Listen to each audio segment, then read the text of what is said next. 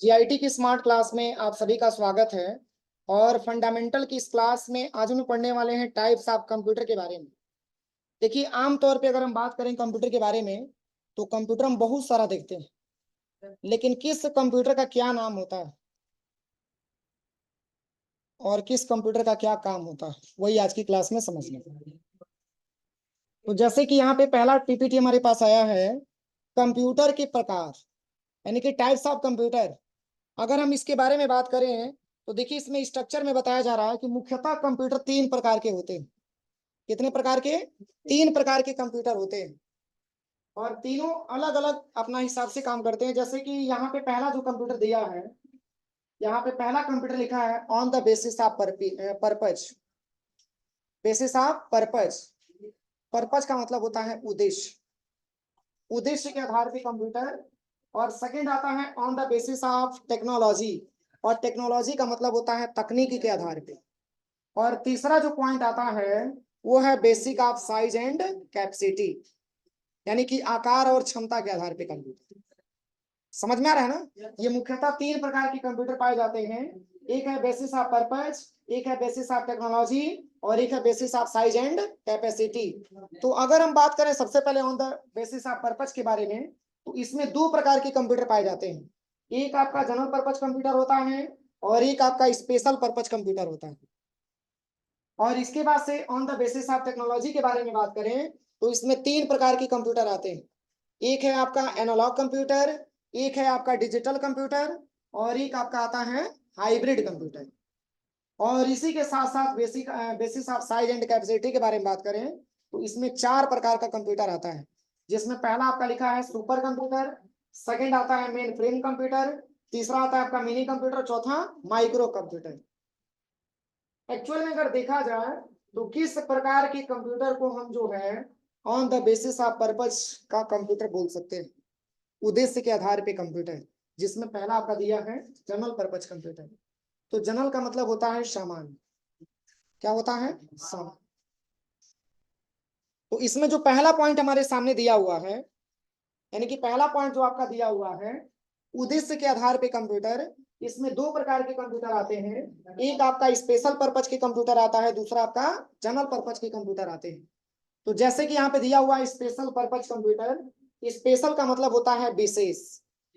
क्या होता है? विशेष। तो जैसे कि यहाँ पे ये बताया जा रहा है कि स्पेशल पर्पज कंप्यूटर ऐसे कंप्यूटर हैं जिन्हें किसी विशेष कार्य के लिए तैयार किया जाता है। समझ में आ रहा है ना? जिन्हें किसी विशेष कार्य के लिए तैयार किया जाता है और इनके सीपीयू की क्षमता उस कार्य के अनुरूप होती है जिसके लिए इन्हें तैयार किया जाता है। और फिर यहाँ पे बता रहा है कि जैसे कि अंतरिक्ष विज्ञान हो गया आपका, मौसम विज्ञान हो गया, उपग्रह संचालन हो गया, अनुसंधान एवं शोध हो गया, यातायात नियंत्रण, कृषि विज्ञान, चिकित्सा आदि के क्षेत्रों में ज्यादा मात्रा में स्पेशल पर्पज के कंप्यूटर का इस्तेमाल किया जाता है। क्लियर हुआ? क्योंकि ये ऐसे कंप्यूटर हैं जिन्हें हम हर जगह प्रयोग में नहीं ला सकते। कुछ विशेष प्रकार के कार्यों के लिए ही हम स्पेशल पर्पज के कंप्यूटर का इस्तेमाल कर सकते हैं। और ये सारे के सारे एक प्रकार के स्पेशल हमारे मतलब क्या है, स्पेशल वर्क हैं जिसकी वजह से हम स्पेशल पर्पज के कंप्यूटर का इस्तेमाल कर सकते हैं। क्लियर हुआ? अब चलिए, सेकंड हमारे पास आता है जनरल, और जनरल का मतलब होता है सामान्य। क्या नाम होता है? सामान्य नाम होता है। मतलब ऐसा कंप्यूटर, यहाँ पे क्या बताया जा रहा है, जनरल पर्पज के कंप्यूटर ऐसे कंप्यूटर जिन्हें सामान्य उद्देश्यों के लिए तैयार किया गया है, और इन कंप्यूटर में अनेक प्रकार की कार्य करने की क्षमता होती है, और इसमें उपस्थित सीपीयू की क्षमता तथा कीमत भी क्या होती है? कम होती है। और फिर कह रहा है कि इन कंप्यूटर का प्रयोग सामान्य कार्य हेतु जैसे कि लेटर तैयार करना, डॉक्यूमेंट तैयार करना, डॉक्यूमेंट को प्रिंट करना इत्यादि के लिए किया जाता है। मतलब दो प्रकार के कंप्यूटर मैंने आपको बताया, एक हमारे मतलब यहाँ पे स्पेशल पर्पज कंप्यूटर दिया हुआ है, और एक आपका जनरल पर्पज कंप्यूटर दिया हुआ है। स्पेशल का मतलब इसका प्रयोग हम विशेष कार्यों के लिए करेंगे, और जनरल पर्पज पर का मतलब जनरल जो हमारे कंप्यूटर है जो हम जनरल पर्पज के नाम से जाने जाते हैं, इसका प्रयोग हम आम तौर के कार्यों के लिए करते हैं। समझ में आ रहा है ना? सामान्य कार्य हेतु, जैसे कि कोई लेटर आपको प्रिंट करना हो, कोई लेटर आपको तैयार करना हो, किसी डॉक्यूमेंट को आपको प्रिंट करना हो, ये सारा का सारा जो है काम जनरल पर्पज के कंप्यूटर से किया जाता है। समझ में आया? अब चलिए, अब इसके बाद जो हमारे पास कंप्यूटर आता है वो है आपका कार्य प्रणाली के आधार पर, इसको बोल सकते हैं on the basis of technology, तकनीक के आधार पे जो कंप्यूटर आते हैं। तो इसमें पहला जो ऑप्शन आता है आपका, ये पहले कंप्यूटर का नाम क्या दिया है, एनालॉग कंप्यूटर। अगर हम एनालॉग कंप्यूटर के बारे में बात करें तो एनालॉग कंप्यूटर किस प्रकार के कंप्यूटर है, किस प्रकार के कंप्यूटर को हम एनालॉग कंप्यूटर बोल सकते हैं। तो देखिए यहाँ पे एनालॉग कंप्यूटर के बारे में क्या बताया जा रहा है, कह रहा है कि ये कंप्यूटर, मतलब यहाँ पे बताया जा रहा है कि एनालॉग कंप्यूटर भी कंप्यूटर होते हैं जो भौतिक मात्राओं की गणना करते हैं। किसकी गणना करते हैं, भौतिक मात्राओं की गणना करते हैं। और कह रहा है कि भौतिक मात्राओं जैसे कि आपका ताप हो गया, ताप यहाँ पे आपका दिया है, जैसे कि प्रेशर हो गया, आपका टेम्परेचर हो गया, लेंथ हो गया, हाइट हो गया, आदि को माप कर उनके परिमाप अंकों में व्यक्त करते हैं। और ये कंप्यूटर किसी राशि का परिमाप तुलना के आधार पे करते हैं, जैसे कि थर्मामीटर। ये कंपैरिजन वाला कंप्यूटर है, मतलब ये तुलना के आधार पे अपना रिजल्ट दिखाने का काम करता है। जैसे एक छोटा सा एग्जांपल आपका थर्मामीटर है। थर्मामीटर किससे कंपैरिजन करता है, हमारे शरीर का टेम्परेचर क्या होना चाहिए उसको आसानी तरीके से मापने के लिए हम थर्मामीटर का इस्तेमाल करते हैं। तो थर्मामीटर भी एक प्रकार की कंप्यूटर है जिसका नाम हम दे सकते हैं कि एनालॉग कंप्यूटर है भी, क्योंकि ये जब तक कंपैरिजन नहीं करेगा तब तक उसका रिजल्ट हमको पता नहीं कर सकते। तो ये क्या करता है कि हमारे शरीर के टेम्परेचर से वो क्या करता है, कंपैरिजन करता है। स्वस्थ मनुष्य के शरीर का तापमान क्या होना चाहिए, अगर उससे हाई लेवल की होती है तो हम समझ सकते हैं कि हमको फीवर है। तो थर्मामीटर भी एक कंप्यूटर है, लेकिन किस प्रकार की कंप्यूटर है, तो एनालॉग कंप्यूटर का मतलब एनालॉग कंप्यूटर के अंतर्गत आता है। क्यों, क्योंकि वो कंपैरिजन कर रहा है, तुलना कर रहा है, और उसका परिमाप किस में बताता है, अंकों में बताता है कि कितने डिग्री सेल्सियस आपके तापमान दिखा रहे हैं। समझ में आ रहा है ना, ये सब एक प्रकार से अगर देखा जाए तो ये थर्मामीटर का प्रयोग हम जो है अपना शरीर का टेम्परेचर वगैरह मापने के लिए करते हैं। और अधिकतर इसका प्रयोग तब करते हैं जब फीवर की मतलब फीवर वगैरह होता है, तो उस केस में थर्मामीटर का हम प्रयोग करते हैं, जो हमारे शरीर से कंपैरिजन करके, तुलना करके, और उसका रिजल्ट क्या करता है, वो अंकों में दिखाने का काम करता है। समझ में आ रहा है ना। और इसका प्रयोग कहाँ कहाँ किया जाता है, तो जैसे लंबाई हो गया, ऊंचाई हो गया, तापमान हो गया, प्रेशर हो गया, इसको माप करके और इसका परिमाण अंकों में व्यक्त करने का काम करता है। और यहाँ पे क्या लिखा हुआ है कि एनालॉग कंप्यूटर मुख्य रूप से विज्ञान और इंजीनियरिंग के क्षेत्रों में उपयोग किए जाते हैं, क्योंकि इन क्षेत्रों में मात्राओं का अधिक उपयोग होता है। इसमें क्या बताया जा रहा है कि एनालॉग कंप्यूटर मुख्य रूप से विज्ञान के क्षेत्र में और इंजीनियरिंग के क्षेत्रों में प्रयोग किया जाता है, क्योंकि ये जो क्षेत्र हैं इसमें कंप्यूटर का प्रयोग बहुत ही ज्यादा मात्रा में, मात्राओं का प्रयोग बहुत ही ज्यादा मात्रा में किया जाता है। क्या लिखा हुआ है, क्योंकि इन क्षेत्रों में मात्राओं का अधिक उपयोग होता है, मतलब मात्रक उसके पर मतलब उसका रिजल्ट जांचना, उसकी हर तरीके से उसकी गतिविधियों की जांच करना, ठीक है, हाइट नापना, टेम्परेचर नापना, और फिर प्रेशर नापना, ये सबसे ज्यादा काम कहाँ पे होता है, तो वैज्ञानिक और इंजीनियरिंग के क्षेत्रों में होता है। इसलिए इसी क्षेत्रों में सबसे ज्यादा एनालॉग कंप्यूटर का इस्तेमाल किया जाता है। एक और एग्जाम्पल दिया है, उदाहरण के लिए पेट्रोल पंप पे लगा एनालॉग कंप्यूटर पंप से निकले पेट्रोल की मात्रा को मापता है और लीटर में दिखाता है तथा उसके मूल्य की गणना करके स्क्रीन पर दिखाता है। आप देखिए, हम चले जाते हैं पेट्रोल पंप पे तो हमको देखने को मिलता है कि हम जितने रुपए पैसे देते हैं उतने हिसाब से हमको पेट्रोल मिल जाता है। सही है कि गलत है, अगर आपने 65 रुपए पैसा दिया तो 65 रुपए का कितना पेट्रोल होना चाहिए ये तो क्वांटिटी आपको नहीं पता है, लेकिन जैसे ही वो अमाउंट स्क्रीन पे लिखता है तो उस अमाउंट के हिसाब से क्वांटिटी आपको क्या मिलना है, उसी अमाउंट के जस्ट आपकी स्क्रीन पे आ जाता है कि कितने ग्राम आपकी पेट्रोल की रिक्वायरमेंट है, जितना पैसा आपने दिया उसी के हिसाब से आपको पेट्रोल मिल जाता है। तो एक प्रकार का वो भी हमारा एनालॉग कंप्यूटर है। अब क्यों और कैसे, तो क्वांटिटी को मापने का काम कर रहा है हमारे पैसे से, भाई जितना पैसा आपने दिया उतनी क्वांटिटी में आपको पेट्रोल मिल गया। समझ में आ रहा है ना। तो ये सारे के सारे हमारे एनालॉग कंप्यूटर पे आते हैं, क्योंकि इसमें लिखा भी है कि लीटर में दिखाता है तथा उसके मूल्य की गणना करके, कैलकुलेशन करके, यानी कि कितना पैसा मैंने दिया उसकी कैलकुलेशन करके, और स्क्रीन पर दिखाता है कि कितने ग्राम आपको पेट्रोल मिलना है। एक प्रकार का एनालॉग कंप्यूटर। अब जैसे मान के चलिए हम बाइक चलाते हैं तो बाइक में मीटर भी लगा होता है, वो हमारी स्पीड को काउंट करता है कि अगर हमारी गाड़ी चल रही है तो कितनी स्पीड में चल रही है, 60 में चल रहा है, 55 में चल रहा है, 50 में चल रहा है, वो स्क्रीन पर आपको शो करके दिखाता है। समझ में आ रहा है ना। तो स्क्रीन में जो मीटर लगा हुआ है, वो गाड़ी में जो मीटर लगा हुआ है उस मीटर को कंपैरिजन कैसे कर रहा है, तो जैसे वो क्या कर रहा है, डिस्टेंस के हिसाब से, दूरी के हिसाब से और गाड़ी की स्पीड के हिसाब से, गति के हिसाब से वो कंपेरिजन करके आपको मीटर में दिखाता है कि आपकी गाड़ी किस स्पीड में चल रही है। एक प्रकार का हमारा एनालॉग कंप्यूटर है। कोई दिक्कत किसी को? अब चलिए, अब इसके बाद से दूसरा ऑप्शन यहाँ पे दिया है, एक प्रकार का डिजिटल कंप्यूटर। कौन सा कंप्यूटर? Digital computer. तो यहाँ पे बताया जा रहा है कि डिजिट का अर्थ होता है अंक।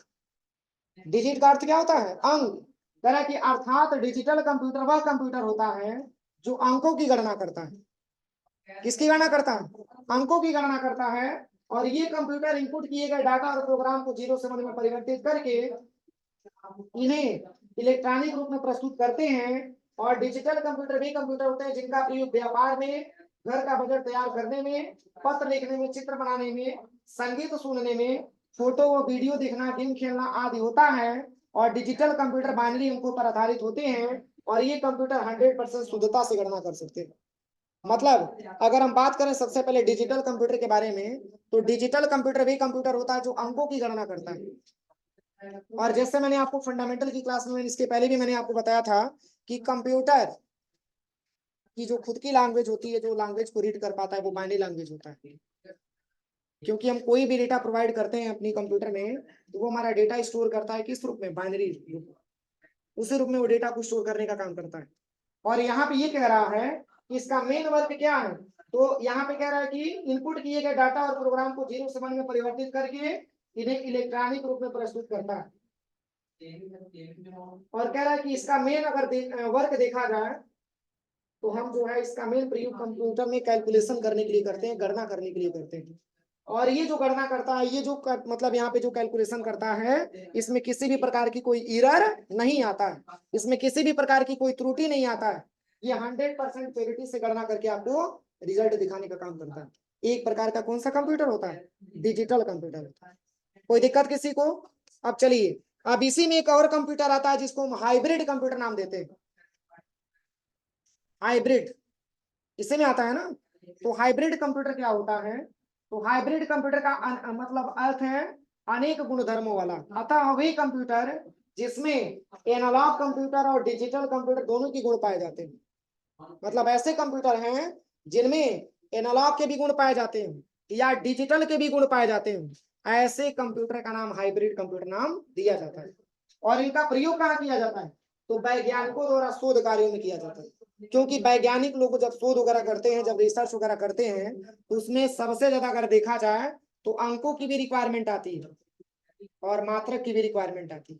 इसलिए जो साइंटिस्ट लोग होते हैं सबसे ज्यादा हाइब्रिड भी कंप्यूटर का इस्तेमाल करते हैं। कोई दिक्कत किसी को? अब चलिए, अब इसके बाद से कौन सा कंप्यूटर? बोलिए, इसके बाद से कौन सा कंप्यूटर? आकार एवं क्षमता के आधार पे। अगर हम इसके बारे में बात करें, on the basis of size and capacity. Size का मतलब आकार, कैपेसिटी का मतलब क्षमता। ऐसे भी हम कंप्यूटर पढ़ेंगे जिसकी साइज लगभग एक कमरे के बराबर होती है, सुपर कंप्यूटर। यहाँ पे लिखा भी है on the basis of size and capacity. आकार एवं क्षमता के आधार पे जो कंप्यूटर आते हैं, इसमें सबसे पहले कंप्यूटर का नाम आपका क्या दिया है? तो सुपर कंप्यूटर इसमें आता है। देखिए, कौन सा कंप्यूटर? Super computer. अब चलिए, सुपर कंप्यूटर का इस्तेमाल कब और कहाँ किया जाता है? तो यहाँ पे देखिए, सुपर कंप्यूटर के बारे में लिखा हुआ है कि ये कंप्यूटर स्पीड में सबसे तेज होता है और कीमत में सबसे महंगे भी होता है। किसकी बात हो रही है? सुपर की बात हो रही है। मतलब ये ऐसे कंप्यूटर होते हैं जिसकी कार्य करने की कैपेसिटी बहुत ही ज्यादा मतलब अधिक होती है और ये दाम में भी क्या होता है? महंगा होता है। और फिर कह रहा है कि इनका आकार लगभग एक कमरे के बराबर होता है। किसकी बात हो रही है? सुपर कंप्यूटर की बात हो रही है। सुपर कंप्यूटर का आकार लगभग एक कमरे के बराबर होता है। और फिर यहाँ पे क्या लिखा है कि इसमें स्टोरेज की कैपेसिटी भी ज्यादा मात्रा में होती है। मतलब ये ज्यादा से ज्यादा डेटा को स्टोर करने के लिए सक्षम होता है। और यहाँ पे लिखा भी है कि इसमें कई सीपीयू एक साथ समानांतर क्रम में काम कर सकते हैं और एक सुपर कंप्यूटर में लगभग 40,000 माइक्रो कंप्यूटर जितनी परिकलन क्षमता होती है। और फिर क्या लिखा हुआ है कि इसकी जो गति होती है उसको मेगा फ्लॉप में मापा जाता है। ये किसकी बात हो रही है? सुपर कंप्यूटर की बात हो रही है। और यहाँ पे बताया जा रहा है कि सबसे पहला सुपर कंप्यूटर साइबर क्रे 1979 में बनाया गया था। और पहला भारतीय सुपर कंप्यूटर फर्म जिसको 1995 में तैयार किया गया। समझ में आ रहा है ना? तो ये सारे के सारे सुपर कंप्यूटर हैं जिसकी आकार एक कमरे के बराबर होती है और इसकी स्टोरेज की कैपेसिटी भी बहुत ज्यादा मात्रा में होती है। अब इसी से संबंधित अगर हम बात करें तो अगला कंप्यूटर हमारे पास आता है मेन फ्रेम कंप्यूटर। कौन सा कंप्यूटर? Main frame computer.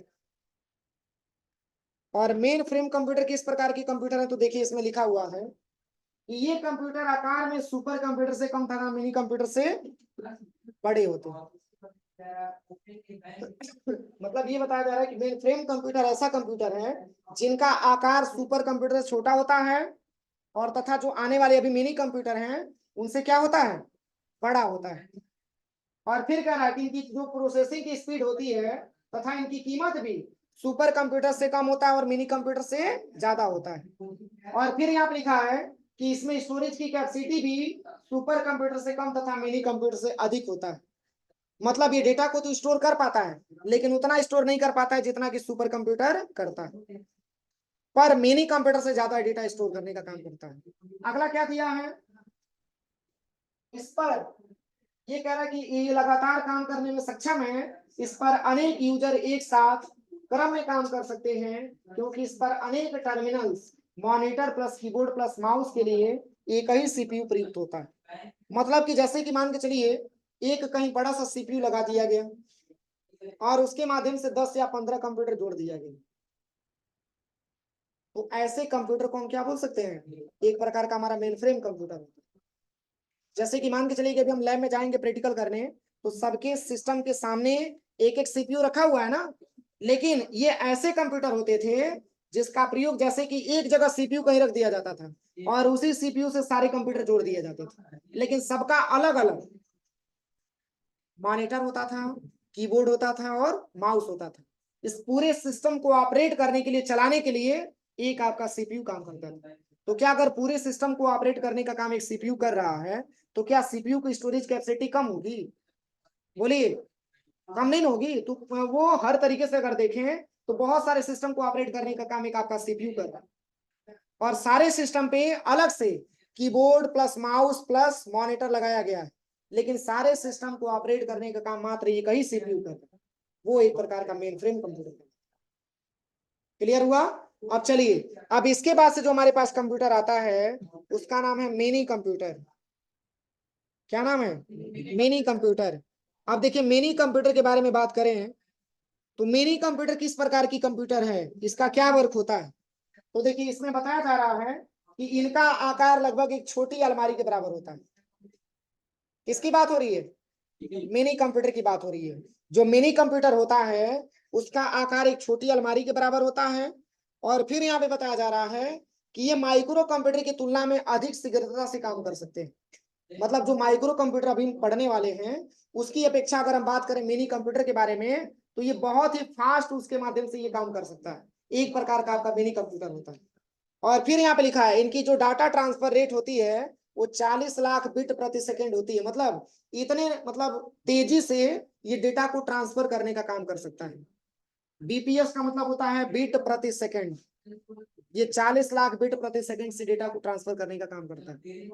और फिर क्या लिखा हुआ है कि प्रारंभ में मिनी कंप्यूटर कुछ स्पेसिफिक टास्क के लिए डिजाइन किए गए थे, लेकिन जैसे इंजीनियरिंग हो गया, आपके कंप्यूटर रेडी डिजाइन हो गया, वास्तव में अब नए पर्सनल कंप्यूटर इतने पावरफुल हैं कि मिनी कंप्यूटर का इंपॉर्टेंस क्या हो चुका है? खत्म हो चुका है। मतलब अब इसका महत्व उतना नहीं है लेकिन बहुत ज्यादा नहीं है, क्योंकि माइक्रो कंप्यूटर जो है माइक्रो कंप्यूटर की तुलना में मिनी कंप्यूटर का इंपॉर्टेंस कम हो चुका है। इसका महत्व थोड़ा सा कम दिया है क्योंकि जो माइक्रो कंप्यूटर है उसमें बहुत सारे अलग अलग फीचर से मतलब ला करके और उसको हर तरीके से अलग बनाने का काम किया गया। तो अब हमारे पास जो अगला पॉइंट आता है, जो अगला हमारे पास कंप्यूटर आता है वो है आपका क्या? Micro computer. तो माइक्रो कंप्यूटर के बारे में अगर हम बात करें तो इस टाइम हम जो भी यूज कर रहे हैं सब एक प्रकार के माइक्रो कंप्यूटर के ही अंतर्गत है। अब इसकी आकार के बारे में आपको पता ही, कोई दिक्कत है यहाँ तक किसी को? तो चलिए आज के लिए इतना ही, ठीक है।